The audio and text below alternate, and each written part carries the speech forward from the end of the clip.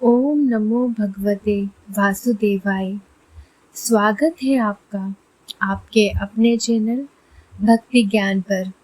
आज हम बात करेंगे साल की सबसे खास एकादशियों में से एक भाद्रपद शुक्ल पक्ष की परिवर्तनी एकादशी। इस वीडियो में आप जानेंगे व्रत किस दिन रखना है, पारण का शुभ समय क्या है, पूजा विधि और नियम क्या है, एकादशी व्रत में क्या खा सकते हैं और क्या नहीं, और क्यों इसे जल झूलनी एकादशी और डोल ग्यारस भी कहा जाता है।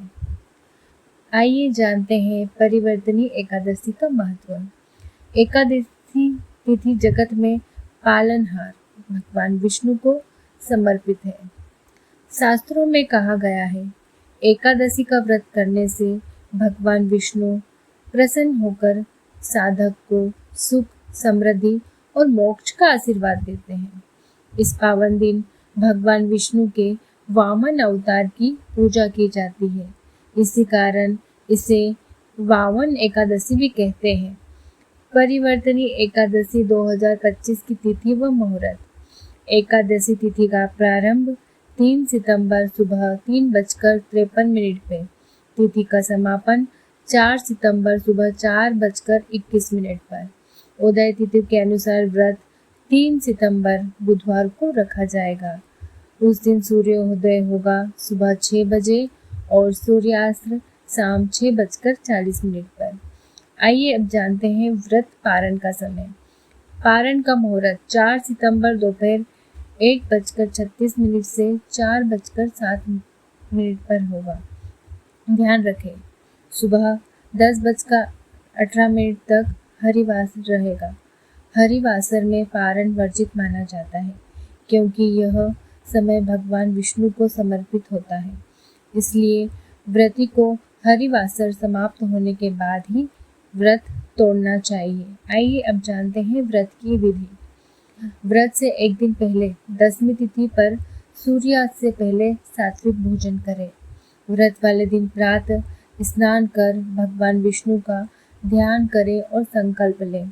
भगवान विष्णु की प्रतिमा या चित्र के सामने घी का दीपक जलाएं। पूजा में तुलसी, ऋतुफल और तिल का विशेष महत्व है।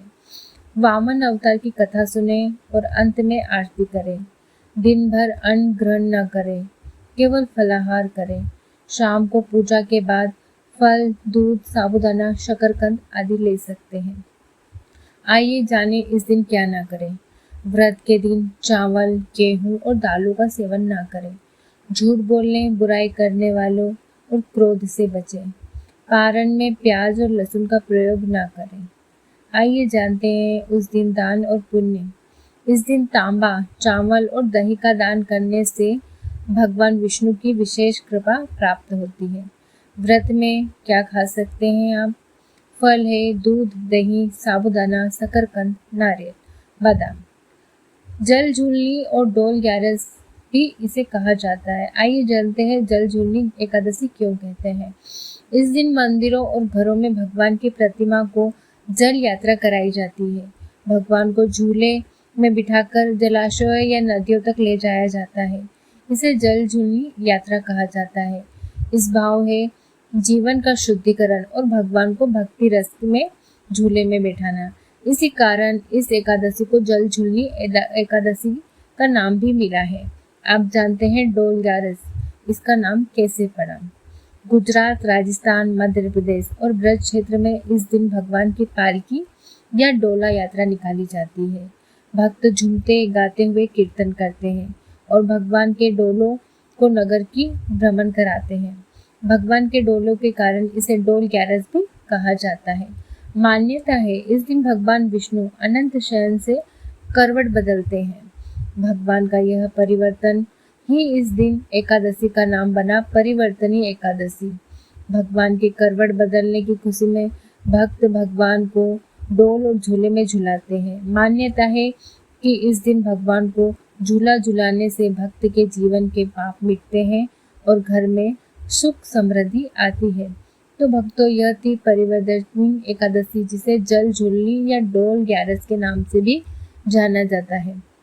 आशा है यह जानकारी आपके जीवन में भक्ति, शांति और समृद्धि लाएगी। याद रखिए, अधूरी कथा अधूरे भाग्य के समान होती है, इसलिए कथा को सदैव श्रद्धा और पूर्णता के साथ सुनें। अगर आपको यह वीडियो अच्छा लगा हो तो इसे लाइक करें और अधिक भक्ति कथाओं के लिए भक्ति ज्ञान चैनल को सब्सक्राइब करें। अगर कोई भी भूल चूक हो गई हो तो अपनी छोटी बहन समझकर माफ़ करें।